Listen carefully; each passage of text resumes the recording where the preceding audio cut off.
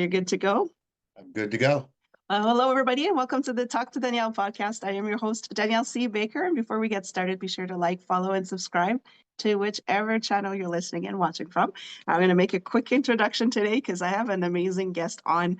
Really excited to have him on, a great author, and I've had a chance to talk with him a little bit off camera as well. And it's going to be a heavy topic, but this is what I like. And anybody who listens to me knows I like to get people thinking, get the people talking, and this is definitely a topic that we need to be talking. Everybody needs to be talking about, and I just love the way that our guest today brings it out. So I have the amazing Kay Snyder here with me, and we're going to be talking about reparations. So be ready. Thank you so much, Kay, for coming on and sharing all of your work with us. Before we get started, can you kind of tell us a little bit about your story and how you got to where you are today? Sure. And first off, thank you so much for having me on your cast, Danielle. Make sure to like, follow, and subscribe, Danielle, wherever you are on the platforms that may be. My name's Kay Snyder. I'm originally a writer. I've worked in film and television for many decades, starting back with some famous sitcoms you've probably heard of, Fresh Prince of Bel-Air, Jamie Foxx Show, Keenan Ivory Wayans. So I came up as a comedy writer. Of course, I turned to more serious subjects as you grow and evolve in life. And there was a point where the governor of California, Gavin Newsom, made a large announcement about his blue ribbon panel that was going to study reparations. Now, again, being a Hollywood writer with over 30 years working inside a Hollywood studio system, I have particular knowledge as to what happens when you put 14 people around a table and ask them to create any form of document that represents a singular will. And I realized that there was a great need at that moment for someone to provide the working person, the non-political person, the non-media sphere person access to this conversation. So I sat down and I wrote my little ditty. It's called Reparations 101. It's on Amazon and Ingram Sparks and Barnes and Noble. It's almost anywhere if you look hard enough for it, because the reparations conversation is something that's frankly long overdue. And as it says here on my shirt, it says, "What payment past due?" So before there's payment, there has to be conversation. So I'm here to impose the conversation that is past due. Yes, everything is past due from it's just not, it doesn't date back to yesterday. So it's definitely something that we need to talk about. And that's why I so appreciate you coming on. And I appreciate we got to meet last month at the event. And I knew right away, I was like, yeah, I need to have you on this. Why is it? Because we, like you say, people talk about reparations. They talk, you hear it kind of perk up again, but why is it now more important than ever to really get those conversations going and get some results out of it as well? I think one of the key factors in that is what I like to call the age of knowing. Mhm. We're beyond the age of speculation where, well, you don't really know and you can't really say who did what and when, but what we know in the age of knowing. For example, we know that the Earth is approximately 4.5 billion years old. It's not up for debate. It's not up for dispute. I think the reparations conversation is much in the same light, whereby the perpetrators and the profiteers of the slave industrial complex are still household names to this day, and they kept immaculate records. Therefore, it's not hard to draw the parallels and draw the conclusions that are really right in front of your face. Bank of America didn't come from nowhere. JP Yeah. Morgan didn't come from nowhere. DuPont didn't come from nowhere. Harvard didn't come from nowhere. Yale didn't come from nowhere. Yale was a person. A lot of people don't know that. Yale was the Elon Musk of slavery, is what I like to call him. He was one of the world's wealthiest men based on enslaving hundreds of thousands and then calling himself a philanthropist and a great father of scholarship. So these are the things that have to be discussed openly. And I, for Yeah, one, am here to have that conversation with the American people. that's really good. And that's why, like, if you want to show that book up again, it's not a 1,400 page book that'll get people No, to you not see want to that? read. You keep it straight to just what we need to talk about. And you've mentioned some of them, but you really do spend some time on the key players that you call the structures. Can you kind of go over, explain why you've decided to really go with those key players, so those real players that you call them? Absolutely. And again, thanks for your great question. Um, let's put our cards on the table. What America has is a huge problem of basic accountability. Uh, how the story of the Mayflower is ultimately about the genocide of the Native American people, but it's been somehow put through this Hollywood filter of Pocahontas and Thanksgiving meals and love and fellowship. Trust me, if the Indians had to write a story about Thanksgiving, the guys with the hats and the buckles would not come off as the kindly, God-fearing travelers that they present themselves to be. So, in the reparations slavery discussion, it must be known that uh, racism itself is older than the United States. If you don't Yeah. hear anything that I say today, what we call Wall Street, which is the financial center of America, i.e., the world, i.e., the universe, okay, had its foundation as a thing called the Wall Street slave market.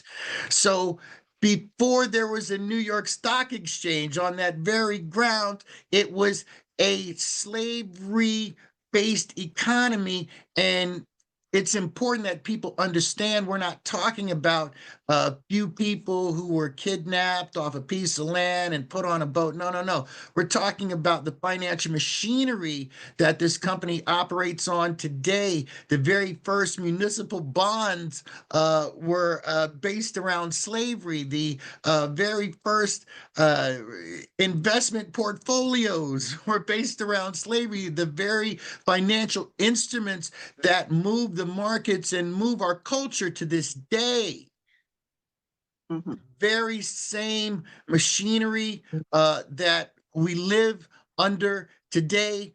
Its roots of construction are based in slavery, and not enough people know that, and not enough people talk about that.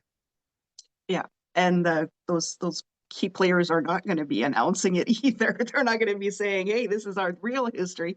So this is Right. why it's so important. This is why I appreciate how you wrote the your book, because it's like you say, you're just putting the cards down. Let's talk. And you're not. It's not a blame game either. Like, you're just these are the facts. This is really what's happening, and we need to talk solutions now. This has been going on for too long. So I'd like to put some cards down on the table again, and let's talk about white guilt, because now we're talking about generations and generations and generations Yes. of people who not only have gone through the trauma of slavery and when that came through and without anybody taking accountability for it, but also generations of people who's had family members they might not be proud of, and they don't know how to Mhm. handle that. And most of the time you just want to kind of stick your head in the sand and not talk about it and say, well, this never happened, like, we don't talk about these family members. So can you a little bit talk about why it's so important, if we address reparations and get it properly going. What that does to white guilt? Because I really like your take on it and your view on it. Well, again, thanks for bringing that up. That's actually chapter, I believe, 6 Mhm. in my book. It's called The Rub: Morals, Ethics, Toxic White Guilt, and Cognitive Dissonance in a Divided America. So it's the entire uh, egg roll, if you will, of all the things wrapped inside of it. So it's morals, ethics, toxic white guilt in a divided America. The morals and the ethics clearly indicate that what happened was a crime against humanity that needs to be morally and ethically rectified, Yeah, right? yeah. So the morals and the ethics on the argument are beyond question, Hmm. right? So Hmm. if the morals and the ethics of the situation are mm, beyond doubt, then what is the problem? You see, Yeah. what is the problem if you know that the morals and the ethics line up on the side of reparations? What is the real problem? You know Hmm. how when you're a kid and you come home and you look funny and your mom says, "What's wrong, baby? What's going on?" And then you say, "Oh, nothing." And then your mom says, "You can't say that to me. I know something's wrong with you," right? And then you have to tell her. This is much the same way. What we say to white America is, you are infected with the toxic white guilt. Because when you know that you're morally and ethically bound to do something and still you don't do it, that's where the guilt comes from. You're guilty because you know you're wrong. That is the human condition. That is the God particle. And as much as white America has been doing their best to wash away the God particle from them, it still exists. So once you have this guilt based on the fact that you're morally and ethically bound to do something that's uncomfortable for you, and you Hmm. refuse to do it, and you have this guilt, that guilt metastasizes into fear. Because when you've done something, when you've harmed someone, and you're guilty about that, your second emotion is, oh my God, what if they do that to me? Hmm. It's a natural human reaction. So guilt creates fear. Now, what happens when you get tired of being afraid? Because that's the next chain of events, right? You're afraid of your neighbor. You're afraid all the time because you harmed that person. They know Hmm. you harmed them. You won't make it right, but yet you're afraid. But now you're tired of being afraid because no human wants to live in fear, do they? Yeah, So exactly. that fear, huh, that comes from guilt turns into anger. So now you're angry at the person that you violated. Right. So now, because you're morally and ethically boxed in, and you know that the God particle says you're morally and ethically wrong, but you refuse to do the right thing. That has created guilt. That guilt creates fear. That fear creates anger. That anger, especially, is dangerous. Mm. See, because when Black people get angry, what are we going to do? We're going to protest. We're going to march. We're going to have a couple of celebrities, right? We're going to sing a couple of songs, and everybody's going the F home. Yeah. When white people get angry, bad things happen to Black people, Yeah. right? It could be a a a unsanctioned, huh? A unsanctioned dude with a gun riding around in a golf cart that Yeah. suddenly becomes afraid of a Black teenager in a hoodie, and now this unsanctioned, unlicensed person can murder. It can take a Black child's life because of his fear. And they always say, "Oh, I was afraid of him." Well, what are Yeah. you afraid of? a child with Skittles in his pocket? Or are you afraid that the harm and the trauma you inflicted on these people will be revisited upon you? Yeah. That's why reparations is the solution. Reparations provides the avenue for that white person to assuage their guilt because they're saying, I'm taking responsibility for what happened. Okay. Even if I didn't directly benefit, if I'm living in the construction of my grandfather's castle, then you owe your grandfather's debts, don't you? Yeah. So reparations, and that's the beauty of this book. If you get to the last chapter, right, and you get to the point where it says reparations is actually going to create a better America. It will actually end the war between the races because then Black people can look at white people without the burning hatred of trauma and violation. Yeah. And then white people can look at Black people without toxic white guilt, which creates toxic white fear, which creates toxic white brutality, which creates toxic white overkill. The war will be over. We can live in harmony as the races and the nations are supposed to, but you have to say, hello, neighbor, I did that. I'm sorry. And here's your turkey back. Right. That's it. That's what reparations is in a nutshell. A lot of people think that it's some sort of service or some kind of charity. No, it's an inheritance. Yeah. It's an inheritance. Yeah. Okay, the bill for unpaid wages alone lies in the trillions, let alone the economic destruction of the post-slavery years where Black people started off and they made Tulsa and they made Wilmington and they made all these great neighborhoods and they were all burnt down. It's an inheritance. And Mhm. I'm here, and this book is here to get people to stand up and claim Yeah. the inheritance. Yeah.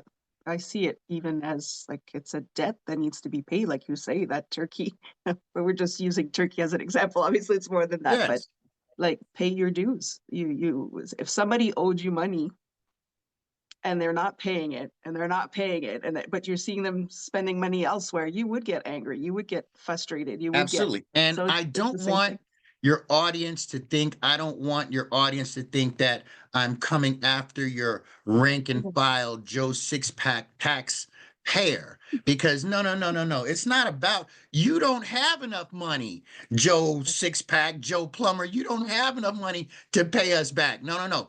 But Citibank does, and Yeah. Wells Fargo does, and Aetna Insurance does, and Lloyd's of London does, and BFA does. I call them the dirty dozen. The core financial machinery that built this country, all your major banks, I'm going to list them off real quick. B of A, Wells Fargo, Citibank, uh, Mellon Bank, right? Even your northern banks also profited from slavery. A little thing a lot of people didn't know about the Civil War was that the banks bet on who? Mm. Both sides.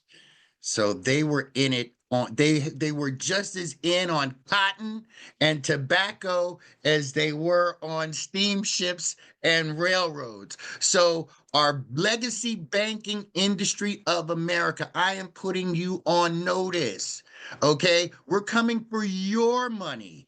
Aetna, we're coming for your money, Brown Brothers Harriman. Okay, even these big super private banks, Brown Brothers Harriman is a bank you've never heard of, but they're a huge, huge, important private bank.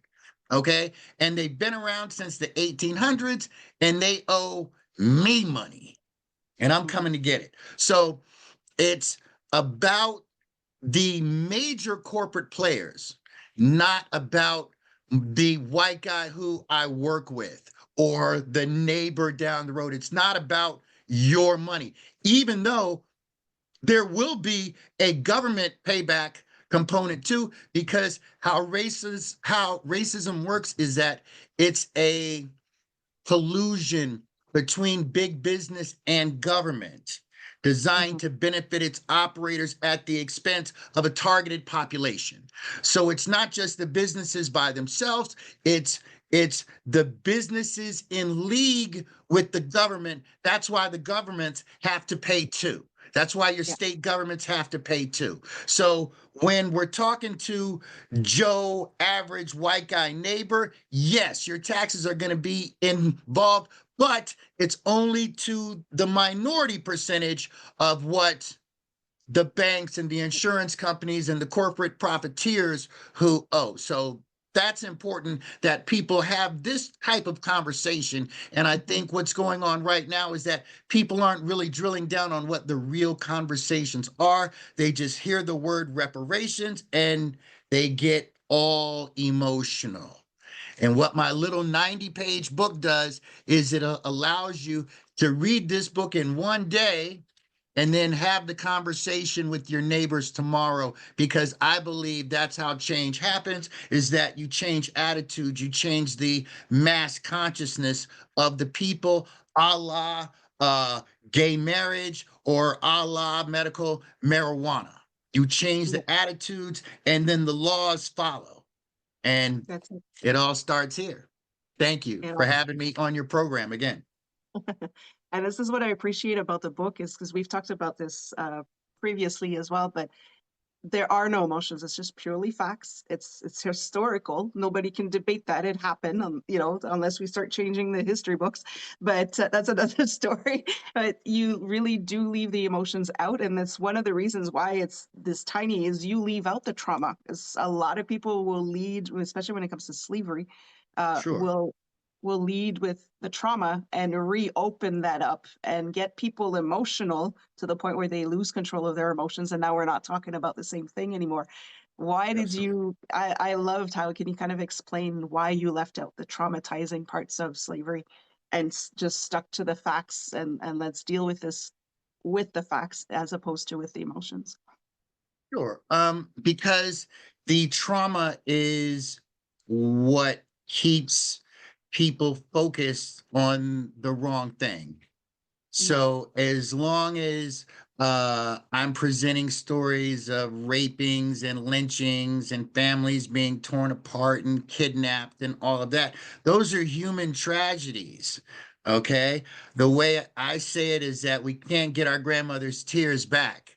Mama done cried them tears. You can't get them back, but we can get the money back. So to go over the anecdotes of personal trauma and tragedy, it really does less to advance the goal. Hmm. So that's why I chose less to talk about, because if you talk to any Black person, oh, they know everybody's got 10 stories about that thing that happened that was wrong. And we felt bad and we were abused or we were exploited. So there's no shortage of those stories. If I put all of those stories in, my book certainly wouldn't be able to read in one day, and you wouldn't be able to focus on the core issues of healing and reparations. In fact, on the subtitle of my book, it says Bridging America's Racial Economic Divide. So I believe that, reparations is almost the magic bullet. It will cure a, a multitude of the ills, both socially and economically, that fracture this country and keep it from being as great as it can be. But here's the good news, America. Black folks are here to save you from yourself again. Right. No, you're right. Yeah. Okay? Black people are here to save America from itself. What? Wait for it. Again. Yeah. And it Yeah. starts right here. And in the day that reparations is the law of the land and my face is on a postage stamp, right? They're going to say, oh, he was so brave and that he led us into our higher self. But right now, they're not going to be so kind to me. History has a way of being kind to Black people in the future, doesn't it? Yeah. History Yeah. has a way of acknowledging us after the fact. Yeah. But that's just part of being a Black genius. You just have to be ready for that. You just have That's to be right. ready for that. Okay. It comes with the territory. You gotta power through. Mm-mm. And there's even a saying for it. I don't know if you've heard this, Danielle, so I'm going to share this with you. Okay. It's a Black proverb, and it goes like this: a Black man has to be twice as good to get half as far for none of the credit. Wow. Get your mind That around that. that's a powerful, powerful saying, but it says it all. It Yeah. says it says it all. Yeah. I like that. Oh And wow. the irony of it, right, is that when you look at the racial wealth gap, the Black man doesn't have to work twice as hard. He has to work 10 And times as hard.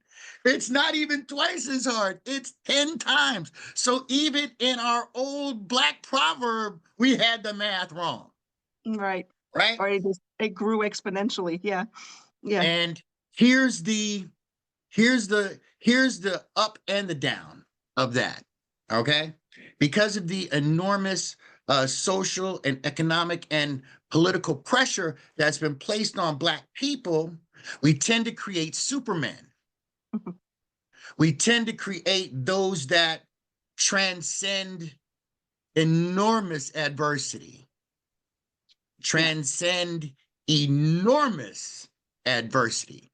For Colin Powell to be head of the Joint Chiefs of Staff for the United States military, he didn't have to be good. He had to be really, really, really good, right?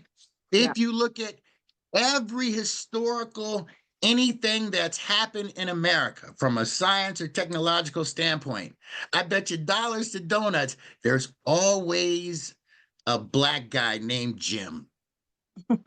Always, always.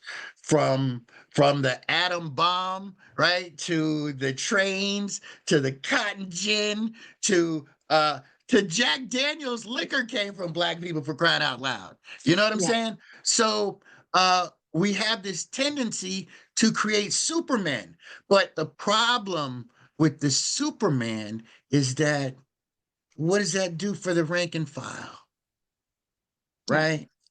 How does the average person compete against Michael Jordan? Mm. How does the average guy says, well, look, I'm just a dude and I work hard, and why don't people love me? Because you're not Michael Jordan.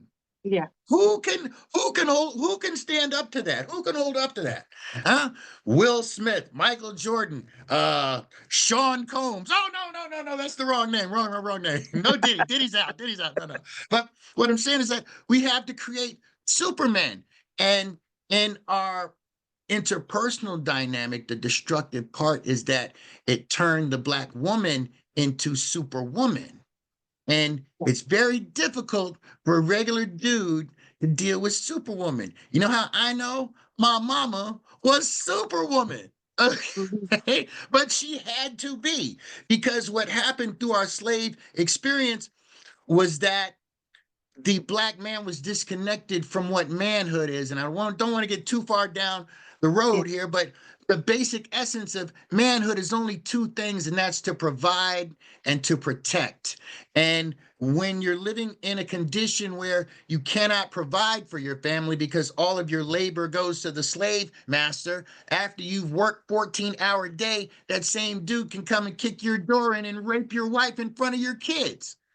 Yeah. So what happened was that we lost our ability to provide and protect for our women. And what's worse, Danielle, is that our women saw that. Mhm. And that the tragedy of the Black man and the Black woman is that the Black woman said, he can't protect me. and he cannot Yeah. provide for me. Therefore, I have to become Superwoman. Now, she didn't want to become Superwoman, did she? Mhm. She had to become Superwoman, or our race would have been lost completely.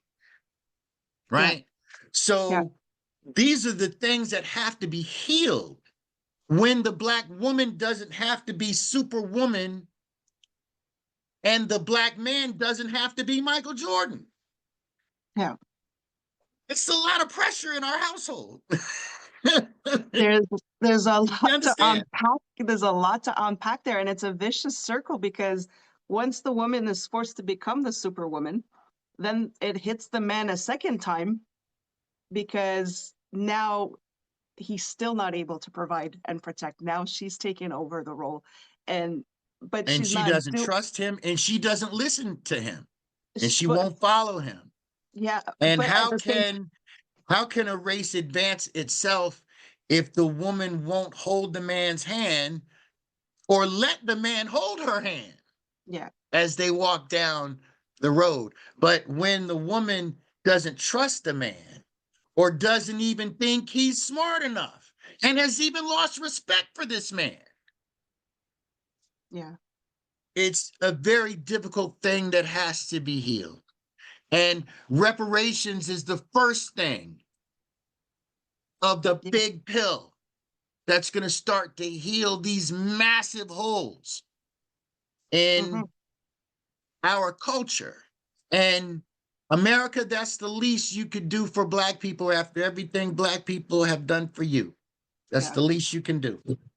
'Cause that's been impacted over generations, so it's not something that's just that takes a long time to. Yeah, that's why we need to have these conversations, and something needs to get done now. We need to Right. get that ball rolling, and it's so important. Can you kind of there's so many things I want to ask you now, but let's keep it. I'm gonna try to stay on track for now.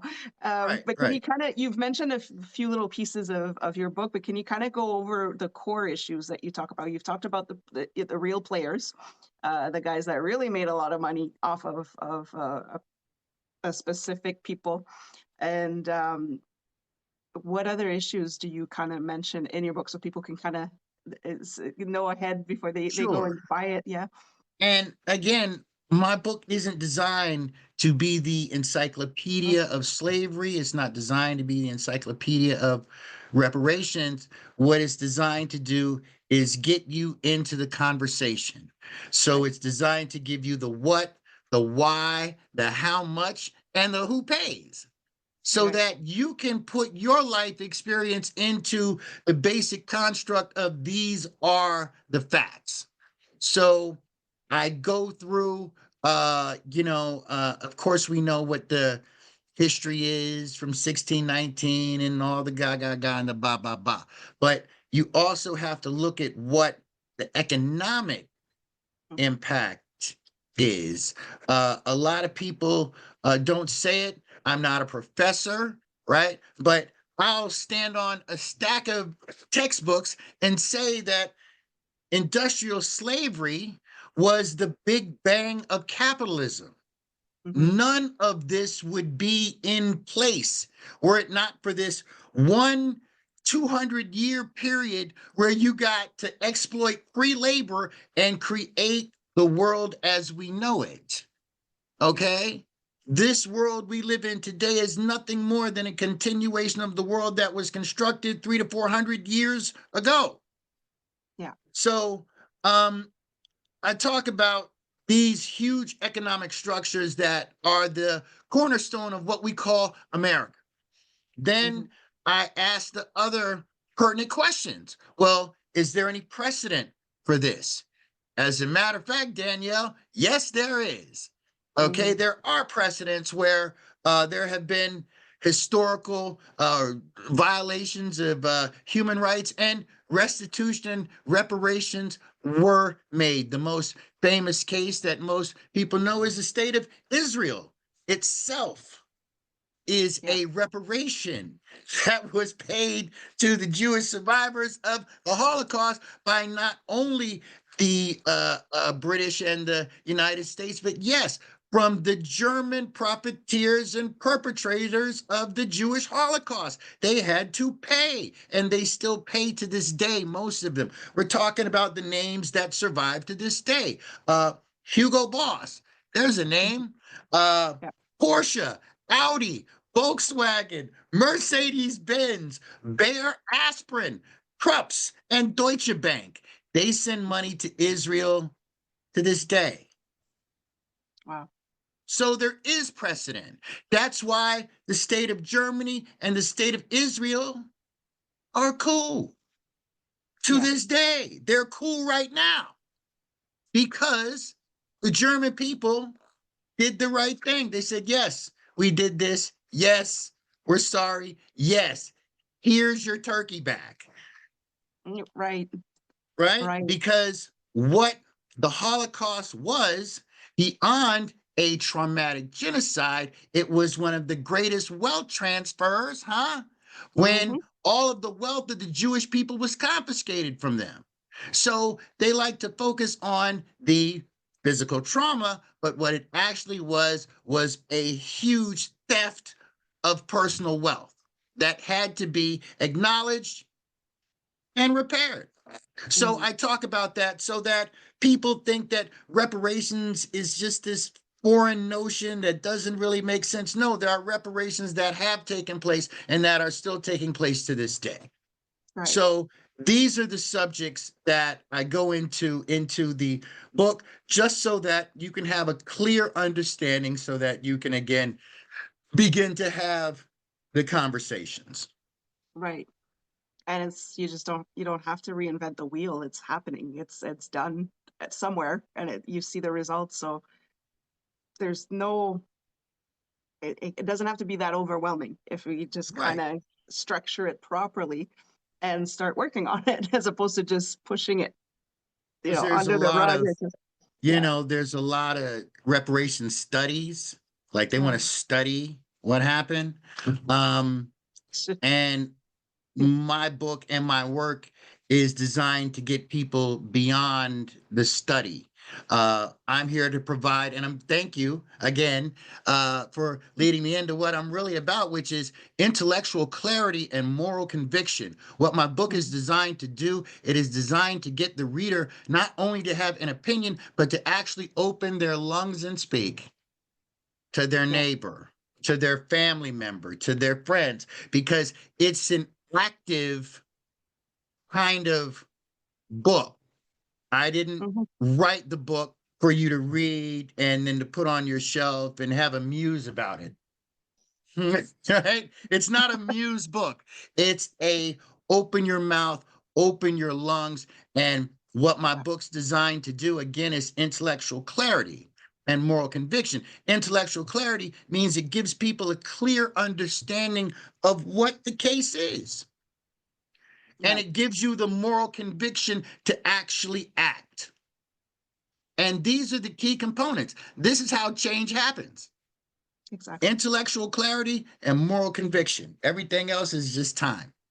Mm. And I'm the luckiest man in America because I can't believe I'm the one who gets to do this work. I'm actually giddy when I think about it. It's a really difficult thing to do. And when I first started writing this book, like I said, I'm a comedy writer.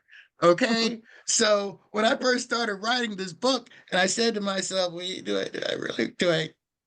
I call my agent with the no. I mean, do I really want to do I really want to do this work? Because I understood and I understand what the work is. Um, Yeah. my second thought that I had is, well, why isn't somebody important doing this? Why isn't Gail and Oprah doing this? Right? Where is Barack and Michelle? Where is anybody? Where's Jay-Z and Beyonce? What are they doing about this, right? Why is it me, a little guy in a room who has to do that? But guess what? I won't question the maker. If he chose me, this is my work to do. So I do it with a full heart and a smile on my lips. Good. It's the way to do it. Is the way to do it. That's all I got. get the ball rolling, and that's what's the important thing. And you Yeah. brought up a good point of, what to focus on, because I also am the type of person who's like, okay, what do we do from today? We are opening up these conversations.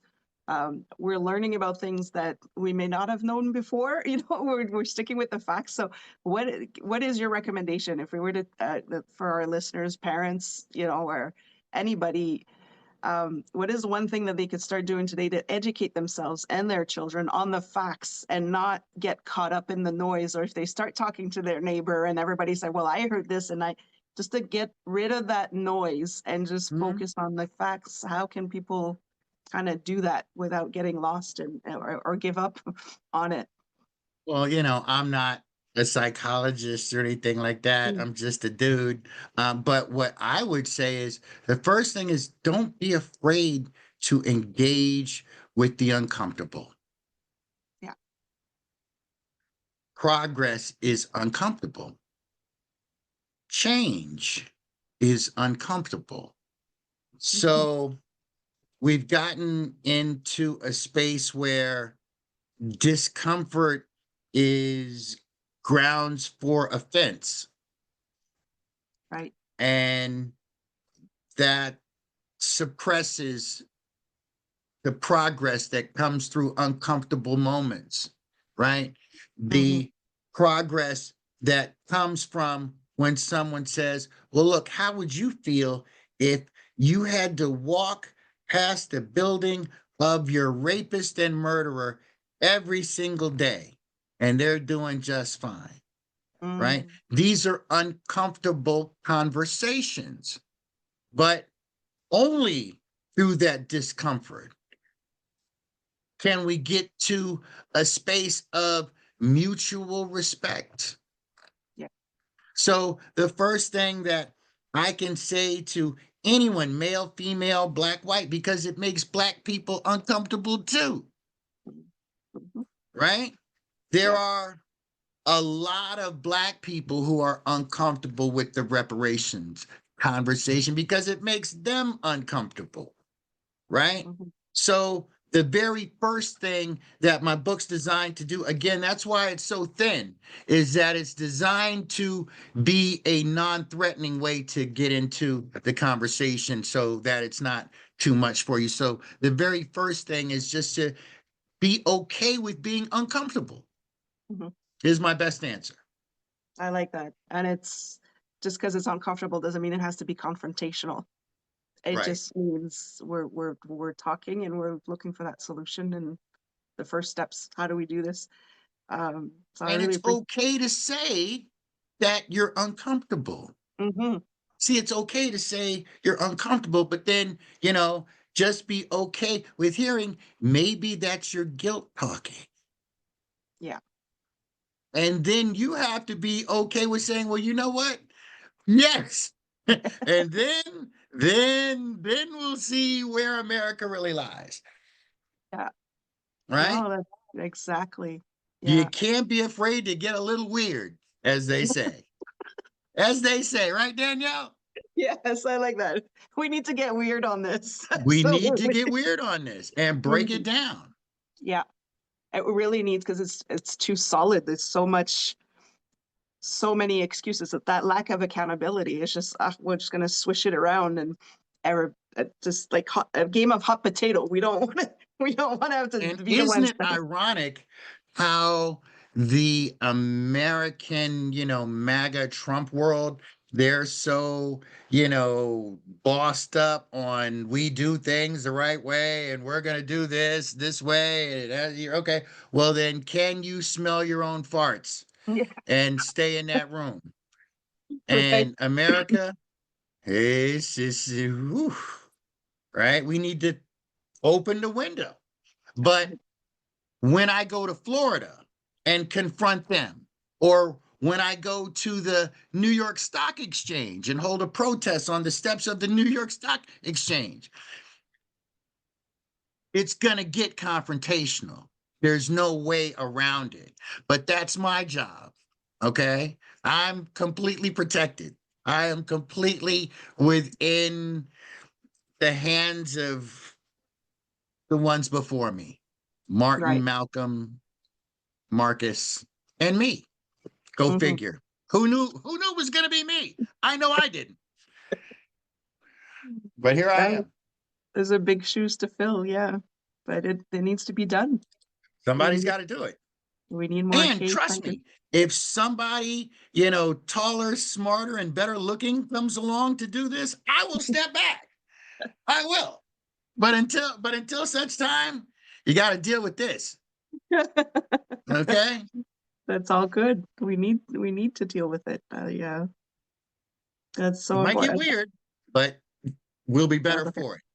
that's On, right. on the other side, I mean, and if we've got one more minute, what I really want to talk about is the other side.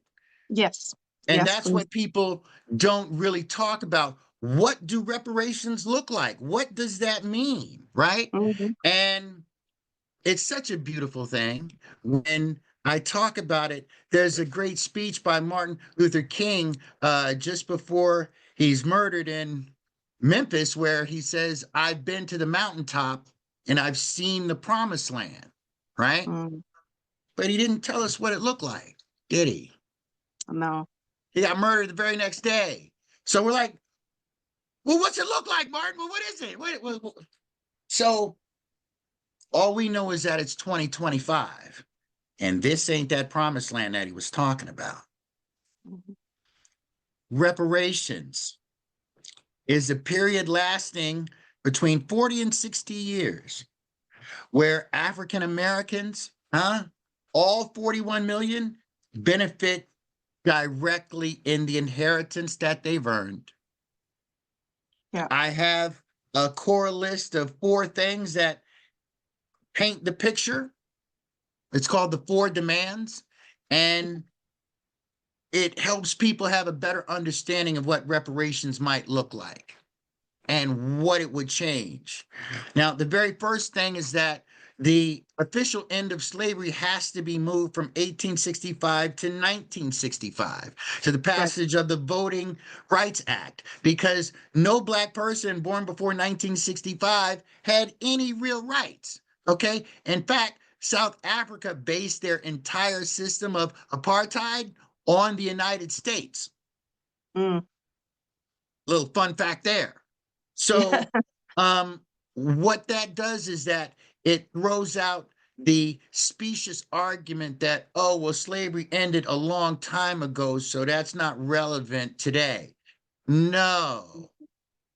1965, there are millions of African Americans that are alive today that were born before 1965. They would be direct beneficiaries that would say, I know the world that you grew up in wasn't the land of the free, Hmm. even Hmm. though you were used like free labor and free whatever, right? All those other things. So that's the first thing. The second thing is that all surviving corporations of the slave industrial complex be held publicly and financially accountable. All surviving corporations of the slave industrial complex. There are too many to list, and a lot of them, from Levi's jeans to Coca-Cola to Procter and Gamble soap to there's over 500,000 miles of railroad tracks still in use in America that were laid by slaves. Union Mm. Pacific didn't even say thank you.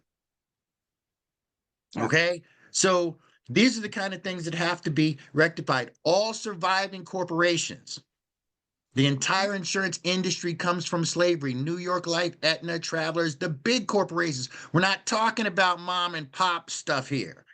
We're talking about major multinational super conglomerates owe us money. They have to be Mhm. held publicly and financially accountable. That's point 2. Point 3, reparations will last a period no fewer than 5 generations, which would be around 40 to 60 years. The mathematics that I use is you pay us back 1 year for every 10 that you stole. If you Right. look at a 400-year cycle, if you stole 400 years, pay us back 40. Hmm. Isn't that reasonable? Do you believe that that's reasonable? That Does that is sound reasonable? That is very reasonable. Yeah.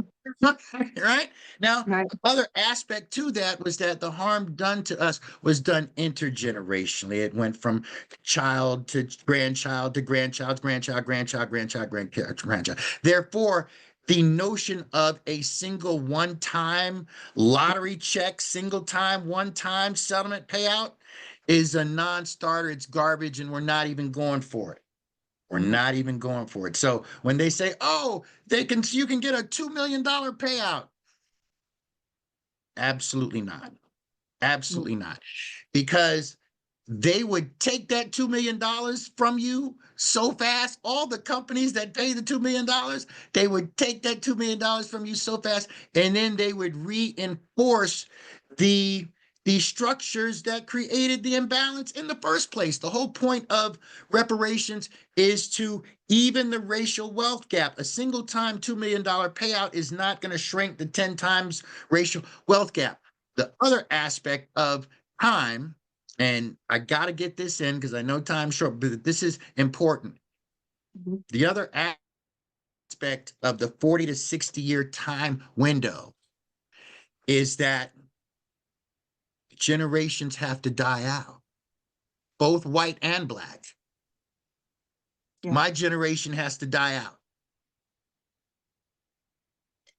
white and black, because we don't know how to be other than traumatized Africans. That's all we know how to be. And conversely, all white people know how to be is white supremacist sympathizers. It's just baked into the cake. Yeah. Therefore, a period of 40 to 60 years will allow the profit to be removed from racist economic policy. You have to remove the profit from the policy. It's all very scientific. I don't want you to think it's emotional at all. It's all very scientific. You have to remove the profitability from the practice of racism in order to remove the viability of racism as an economic policy. So if you penalize the slave industrial complex for 5 generations for 40 to 60 years, then you remove the profitability from the practice of racism. And the practitioners also get to pass in time, Right. such that the most important thing that I want to say is that at the end of those 40 years, you'll have a whole new American, Hmm. both black and white. We'll all be different Yeah. because white people won't be guilty and nervous and shook up and afraid, and black people won't be constantly terrorized by living as a subset in a structure that's not designed for you. I'm sorry, but I could talk about this all night, so Oh, I don't want to ramble. no, and like I said, I could talk to you about it. We could take the whole weekend to talk about this, but You know? honestly, with the just the bigger parts that you just given us, Mhm. it's nothing insane about it. There's nothing outstanding. Like it just makes sense. It's just we're just going from what happened, and then we just carrying it over to what's going to become, and it's feasible. I just see like I'm a visual person, and the way that you Mhm. explain it, I can see it, and then there's a structure there. So let's start planning it out. Let's start doing it, and let's put it in motion. So I really appreciate that. I said I could talk to you all weekend about this. We'll have to have you back on for an update. I'll be But glad to come back. yes, but Yes. you have some stuff coming up. So just before we wrap up, can you kind of tell us what's going on with you in the next little bit with all this? Yes, I do. We're planning a national petition drive called the Four Demands of Reparations. It's the 3 items that I listed previously. And the fourth one is that direct cash payments are non-negotiable. Hmm. Okay. The bottom line is that the entire purpose of the slave industrial complex was revenue and profit.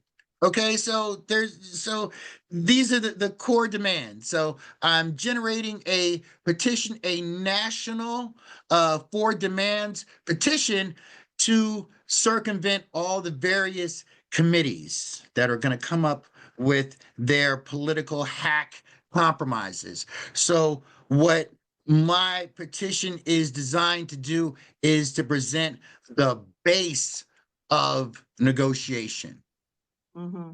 just the base that can't be talked out of or politicized or perverted or twisted or any of that. So before the powers that be and the commissions present their findings, no, we're going to get in front of that, and the popular will of the people is going to be to sign the four demands petition on reparations 101.com. That's the website. Okay. Reparations 101. As you see, we've got a great clothing line as well. We've got hats, hoodies, t-shirts. You can wear your support, wear your advocacy, and you be on the lookout in the mail for your copy and your t-shirt as well. Danielle, I'm a man of my Yeah. word. Thank you so much for having me. Thank you so much. And I will put all of that information in the description as well. So for people that want to get the book, people who want to Go sign on that petition, Amazon. Go on Amazon. Amazon.com and Okay. get Reparations 101. Yeah. Today, you can read it in one day and start talking about it. That's how things change. Read it in one day and start talking about it tonight. Thank you so much. Oh, thank you so much, Kay, for that. And again, I'll put that description in the description so people know where to go to sign the petition, where to get your book. And is there any other way that they can reach you if they want to know more about your work, if they want to have you come over and speak about it, or if they want more information? Is your website the For best place? sure. I'm on Instagram as well, Okay. Reparations 101, and you can reach out to me there. I'm not very good with the Facebook, so I'm getting the tech kind of worked out, but I do have the Instagram up, as you know. So reach out to me on the gram at Reparations 101, and That's I'll amazing. reach right back to you. That's for sure. Great.